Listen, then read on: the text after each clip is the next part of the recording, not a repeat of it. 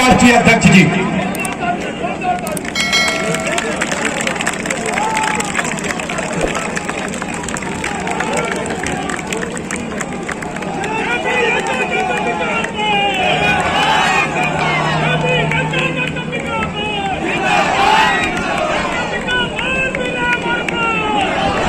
माननीय राष्ट्रीय अध्यक्ष, भारत माता की, भारत माता की।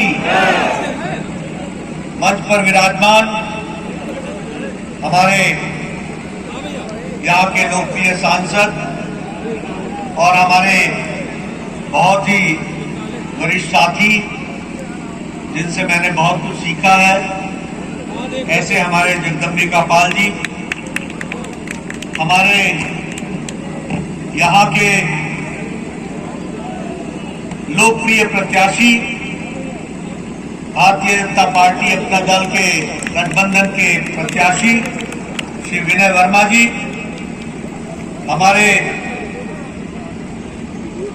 संसद में मेरे साथी सांसद सुनील सोनी जी, हमारे राष्ट्रीय प्रवक्ता प्रेम शुक्ला जी, गोरखपुर क्षेत्र के क्षेत्रीय अध्यक्ष और हमारे वरिष्ठ साथी डॉक्टर धर्मेंद्र सिंह जी, जिला के प्रभारी राम जियावन मौर्य जी, हमारे गोविंद माधव जी, आत्माराम पटेल जी, बाबा बलराम दास जी, बाबा ब्रजमोहन दास जी, अभय पाल जी, पवन मित्र जी, दिलीप चतुर्वेदी जी, योगेंद्र प्रताप सिंह जी, लालजी त्रिपाठी जी, लाल बाबा जी, हमारे ब्राह्मण महासंघ के प्रदेश अध्यक्ष राजेंद्र त्रिपाठी जी, श्रीमती स्नेहलता पाल जी, श्रीमती साधना चौधरी जी,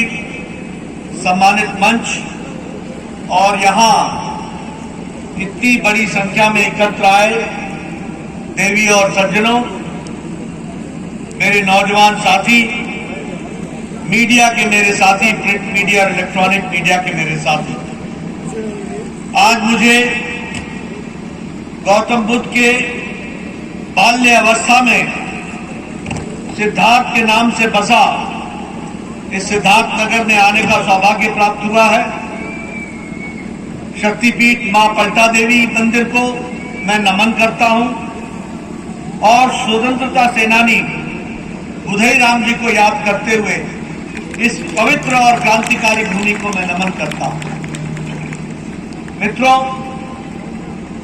अभी हमारे जगदम्बिका पाल जी आपके सामने बहुत जोश के साथ सारी बातों को रख रहे थे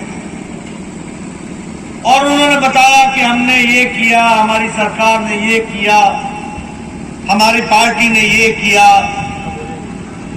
और बाद में विनय वर्मा जी ने आपके सामने बड़े सद्भाव से ये कहा कि इस काम को हम आगे बढ़ाने के लिए अपना योगदान करेंगे। मैं एक ही बात कहना चाहता हूं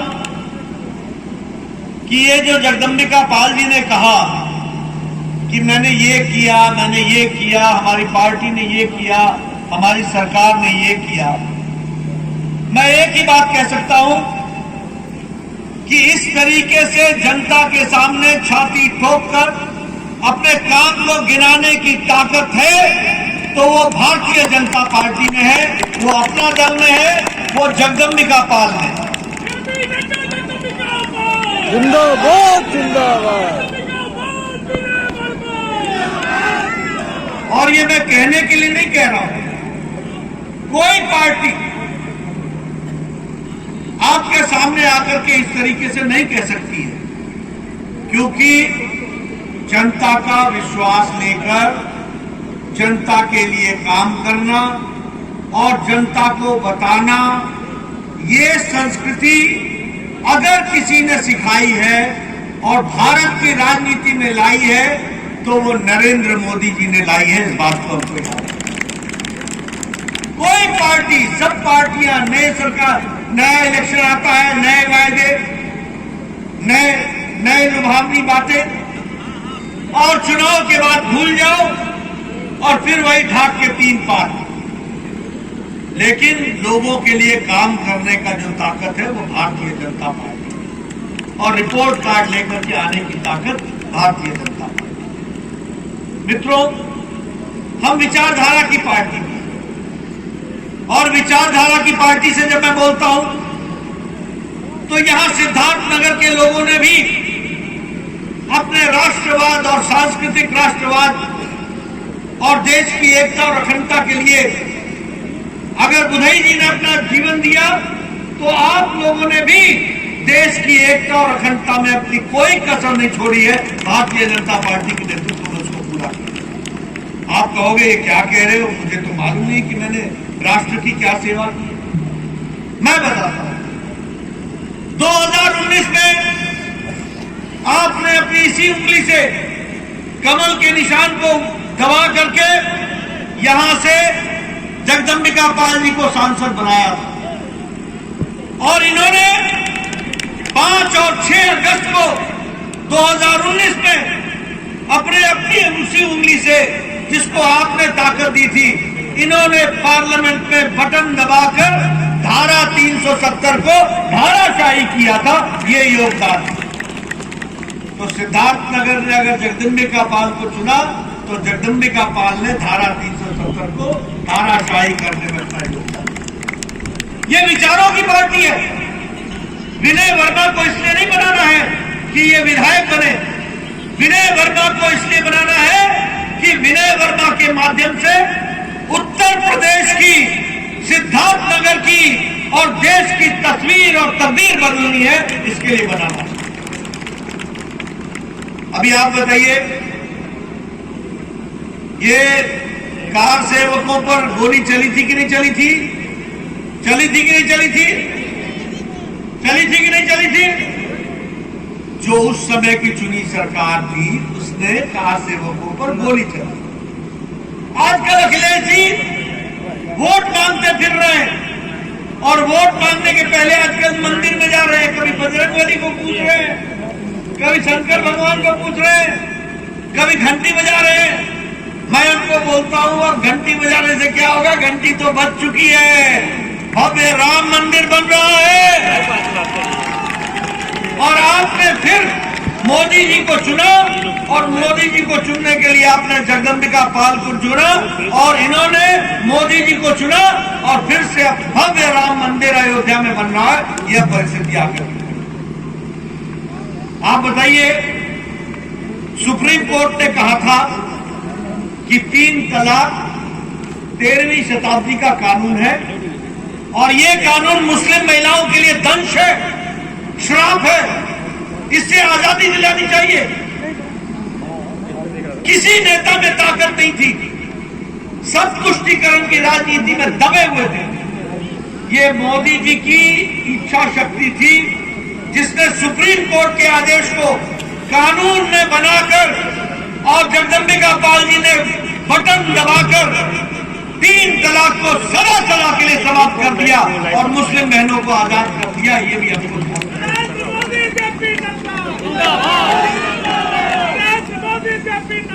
और देखिए, ये मुस्लिम राजनीति करने के लिए, तुष्टीकरण की राजनीति करने के लिए, ये 3 तलाक के खिलाफ बोलने की ताकत नहीं थी।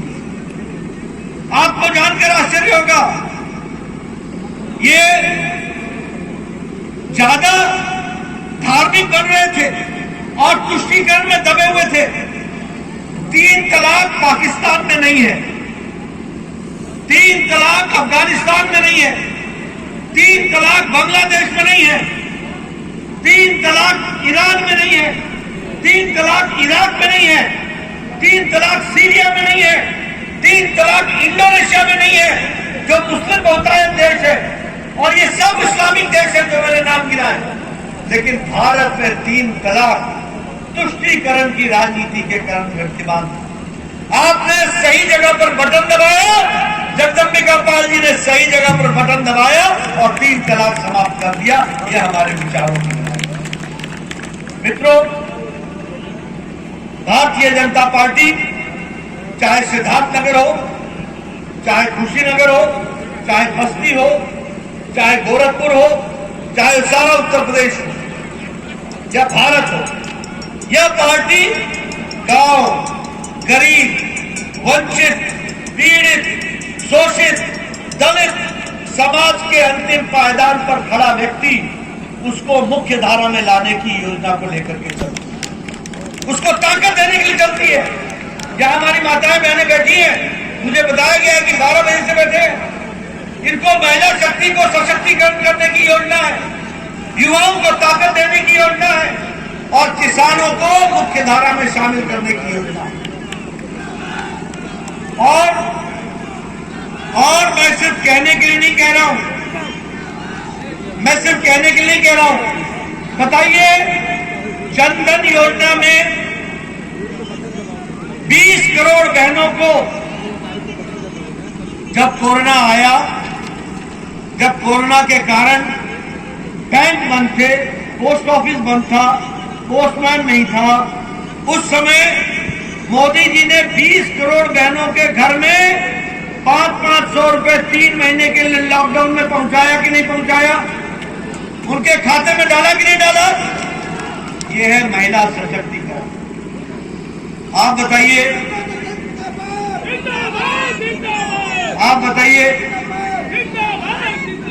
महिलाओं को 11 करोड़ 10 करोड़ महिलाओं को गैस का चूल्हा दिया कि नहीं दिया? सिलेंडर दिया कि नहीं दिया? और अब योगी जी की सरकार फिर से आएगी, होली और दिवाली पर मुफ्त सिलेंडर एक मिलेगा, ये भी हमको याद रखना है।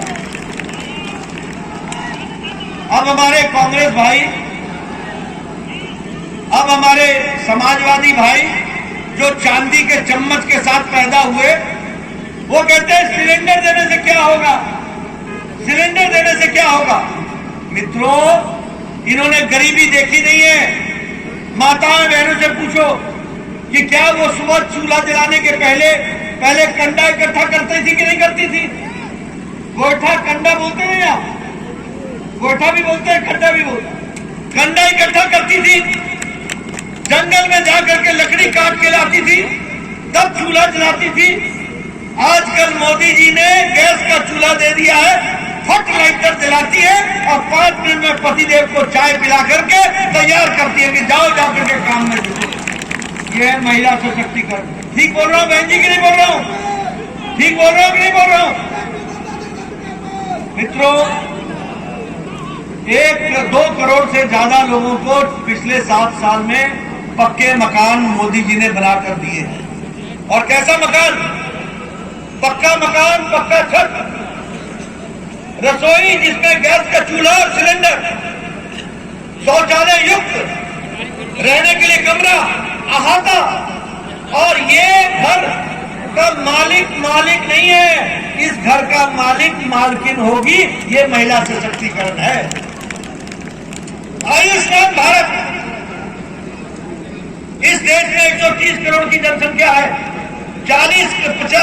50 करोड़ लोगों को यानी 40% भारत की आबादी को गंभीर बीमारियों से लड़ने के लिए गरीब लोगों को 5 लाख रुपए हर साल इलाज के लिए मोदी जी ने पहुंचाया है और इलाज 2.5 करोड़ लोगों का हुआ है, ये भी हमको याद रखना। ये जगदम्बिका पाल जी बैठे और अभी विनय वर्मा जी अभी विधायक बनेंगे। क्या स्थिति थी आज से 5 साल पहले? किसी गरीब को अगर दिल का ऑपरेशन कराना हो तो जगदम्बिका पाल जी प्रधानमंत्री राहत कोष को चिट्ठी लिखते थे और कहते थे कि इनको जरा सा इलाज के लिए। भैया 1 मिनट, आपका जोश मैं समझ रहा हूं, सूर्यास्त से पहले मुझे भी जाना है, क्षमा कीजिएगा।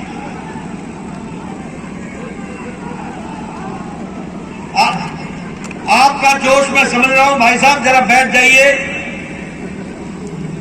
तो मैं ये कह रहा था कि ये लिखते थे चिट्ठी, ओ भाई युवा मोर्चा, ये लोग चिट्ठी लिखते थे और उसके बाद उस पर सुनवाई होती थी। बड़े मुश्किल से 1 लाख 1.5 लाख मिलता था। आज आयुष्मान भारत के तहत 5 लाख रुपए हर साल 50 करोड़ लोगों को, गरीब लोगों को गंभीर इलाज के लिए मिल रहा है। ये है आयुष्मान भारत। और कौन है ये लोग? ओ भैया मेरे,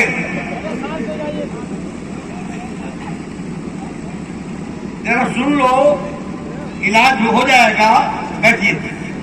तो मैं ये कहना चाहता था कि ये गंभीर बीमारी के लिए कौन लोग लगे, किनको मिल रहा है, ये जानकर आप आश्चर्य करेंगे।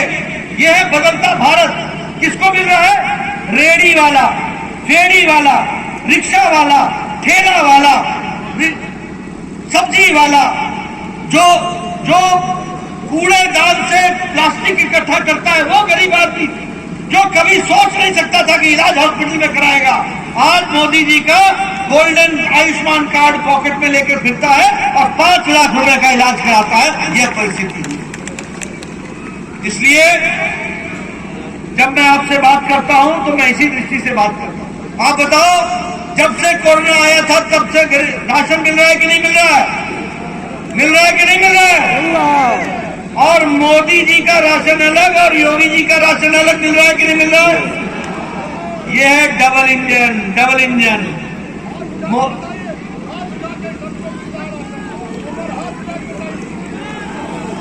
इसलिए मित्रों, ये है अंतर। आप बताइए, पिछले 5 सालों में उत्तर प्रदेश में सड़कों का जाल बिछा है कि नहीं बिछा है? 4 लेन 6 लेन हुआ है कि नहीं हुआ है? दनादन लखनऊ से आते हो कि नहीं आते हो? दनादन 4 लेन पर गाड़ी डाली और छुट्टी 4x4 सड़क नॉन स्टॉप। ये मित्रों, ये सड़क नहीं है, ये विकास की गंगा है, याद रखना। बोलिए, अटल यूनिवर्सिटी मिली कि नहीं मिली? आयुष यूनिवर्सिटी मिली कि नहीं मिली? 2 एम्स मिले कि नहीं मिले? अब यहाँ के लोगों को इलाज के लिए पहले सिद्धार्थ नगर में ही इलाज होगा और कोई और बड़ी गंभीर इलाज होगा तो दिल्ली नहीं जाना पड़ेगा, गोरखपुर में all India institute of medical sciences में इलाज होगा। आप बताइए, सिद्धार्थ नगर में मेडिकल कॉलेज आया कि नहीं आया? आया, चालू हो गया कि नहीं हो गया? ये जगदम्बिका पाल जी थे, मैं स्वास्थ्य मंत्री था, इन्होंने कहा बस्ती को मिल गया है।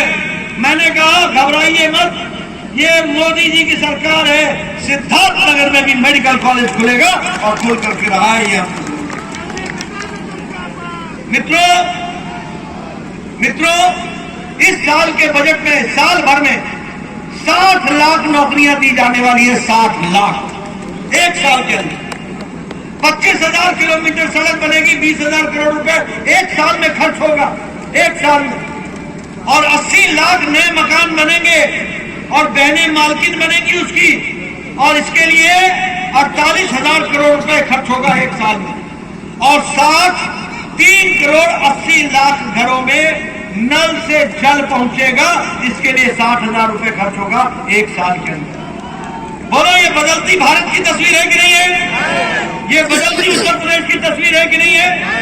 इन सब को करने के लिए आपको लाइसेंस चाहिए।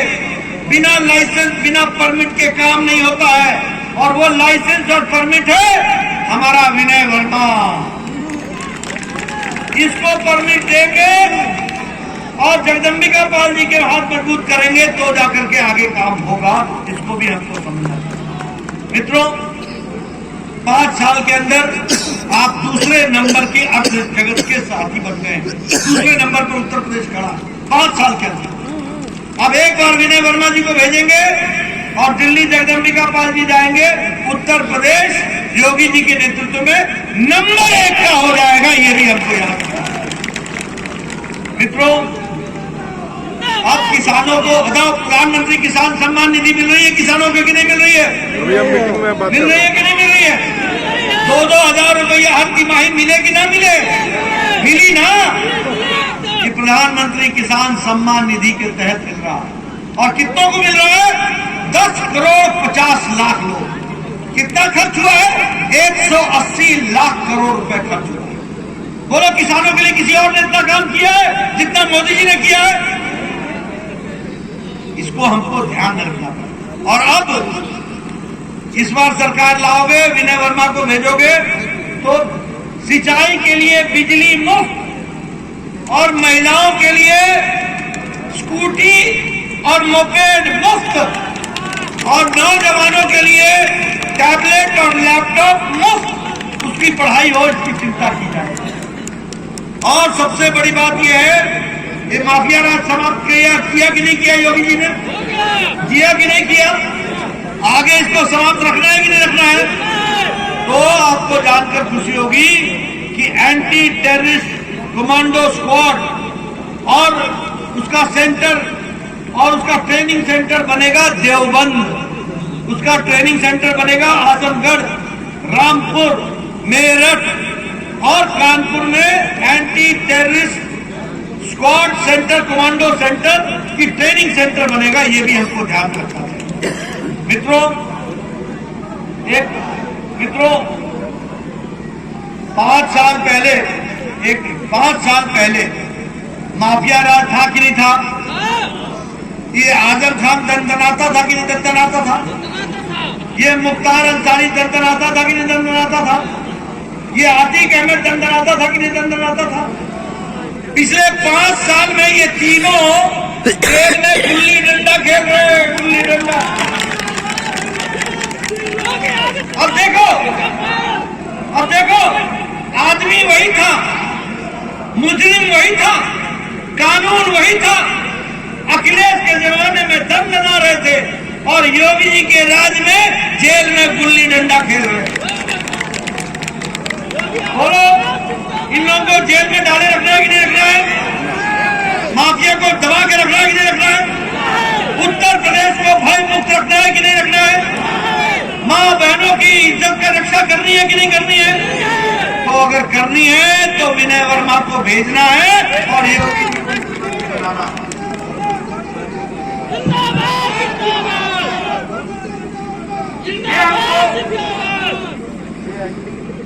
ये हमको ध्यान में रखना है और ध्यान में रखते हुए इस माफिया राज के खिलाफ आप बताइए, अखिलेश के जमाने में 200 दंगे हुए कि नहीं हुए? 200 दंगे हुए कि नहीं हुए? योगी जी के जमाने में एक भी दंगा नहीं हुआ 5 साल में। आप बताइए, मुजफ्फरनगर का दंगा हुआ था कि नहीं हुआ था? 92 लोग मारे गए थे कि नहीं मारे गए थे? 5000 लोगों ने घर छोड़ा था कि नहीं छोड़ा था?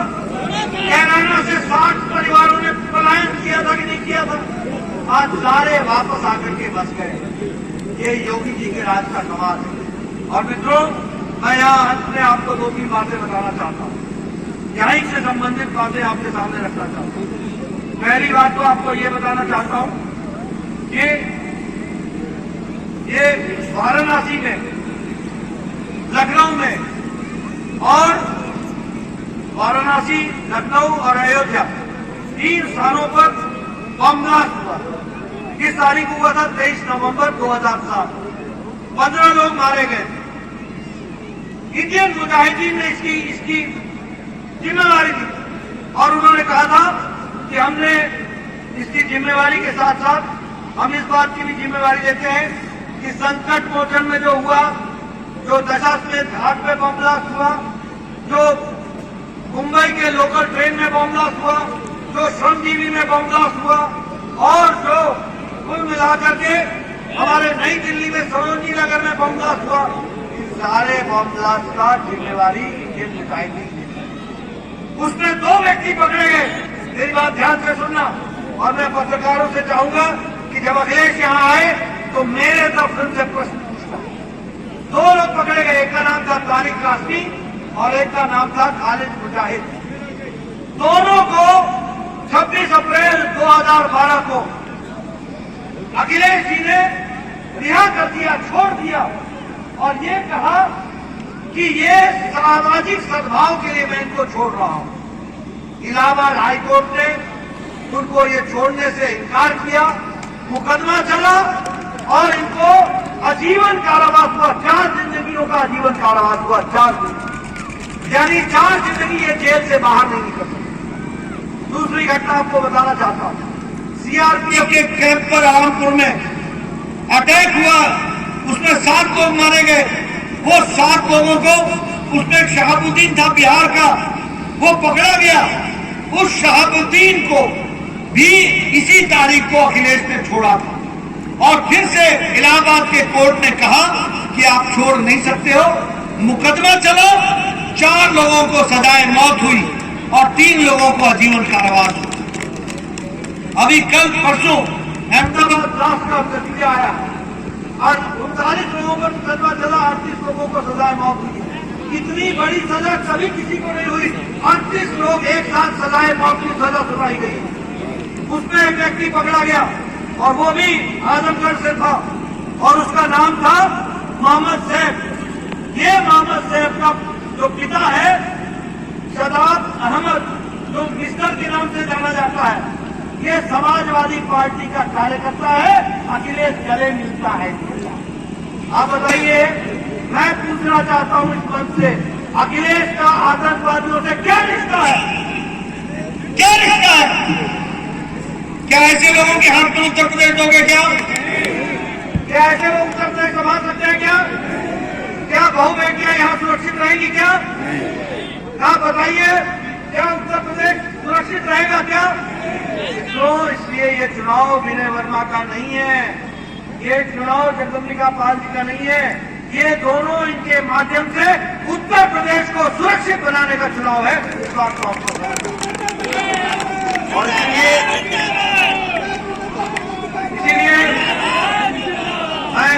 मैं पत्रकार भाइयों से कहूंगा, मैंने तारीख के साथ बताया है, मुकदमे गिनाए हैं, मुकदमों के नाम गिनाए हैं और मैंने मुजरिमों के नाम गिनाए हैं और उनको छोड़ने की तारीख भी आपको बताई है। मैं चाहूंगा कि आप अखिलेश से पूछिए कि भाई तुमने संविधान की कसम खाई थी या आतंकवादियों को बचाने की कसम खाई थी? जो रक्षक भक्षक बन जाए, जो रक्षा करने के बदले जनता का नुकसान में पहुंचाए, ऐसे लोगों को राजनीति में रहने का अधिकार है क्या? ऐसे लोगों को राजनीति में रखोगे क्या? इनको आराम दो, ये चांदी के चम्मच के साथ पैदा हुए हैं, इनको आराम दो, ये काम नहीं कर सकते हैं। इनका आतंकवादियों से घोर गहरा रिश्ता है, घोर गहरा। मैं कितने किस्से सुनाऊं। पिछले साल एक व्यक्ति पकड़ाया गया, वो जो व्यक्ति पकड़ाया गया वो अलकायदा का था, उसका नाम था मिन्हास अहमद और मसीरुद्दीन, 2 लोग। इनके पास आरडीएक्स पकड़ा किसने? यूपी के एसटीएफ ने, स्पेशल टास्क फोर्स ने पकड़ा और वो लोग 15 अगस्त को धमाका करना चाहते थे, उससे बचा दिया गया। अखिलेश जी ने क्या कहा कि मुझे पुलिस पर विश्वास नहीं है। नहीं जनाब, आपको पुलिस पर कहाँ विश्वास होगा, आपको तो आतंकवादियों पर विश्वास होगा। आप तो आतंकवादियों के साथ खड़े हैं। अभी आपने सुना होगा 3 दिन पहले आपने सुना था ना, वो ए पुलिस सुना था। एक पूर्व मुख्यमंत्री अगर पुलिस का मनोबल इस तरीके से गिराता हो तो गुंडों को संरक्षण देने का ये तरीका नहीं है तो और क्या है? ऐसे लोगों को राजनीति से अलविदा कर देना चाहिए, ऐसे लोगों को राजनीति से दूर कर देना चाहिए और दूर करने का तरीका है कमल के निशान से लेकर के अपना दल को जिता करके विनय वर्मा को यहां से भेजना और चुनाव जिताना, ये हमारा कर्तव्य है। इसलिए मित्रों, मैं आपसे निवेदन करने आया हूं, आपका ज्यादा समय नहीं लूंगा। मैं एक बात से आश्वस्त होकर जा रहा हूं कि इतनी देर से आप बैठे हैं, 1 बजे से बैठे हैं और जिस गर्मजोशी से आप नारे लगा रहे हैं और तालियां बजा रहे हैं और नारे इतने जोर से लगा रहे हैं कि मुझे भी भाषण देते देते रुकना पड़ रहा है, तो ये आप बताता है कि आपने विनय वर्मा को भेजने का मन बना लिया है। इसके लिए आपका बहुत बहुत धन्यवाद। आप जोरों से लगे, बहुत बहुत धन्यवाद। बोले भारत माता की, भारत माता की।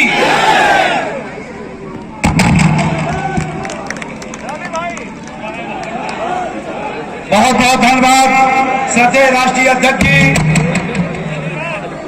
मैं आग्रह करूंगा भारतीय जनता पार्टी के जिला अध्यक्ष श्रीमान गोविंद माधव जी से कि आज के अवसर पर कार्यक्रम के समापन की घोषणा करें।